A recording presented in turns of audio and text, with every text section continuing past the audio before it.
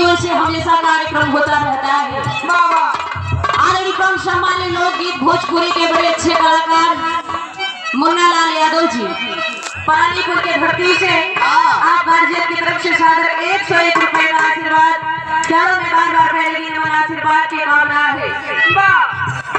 पतारी का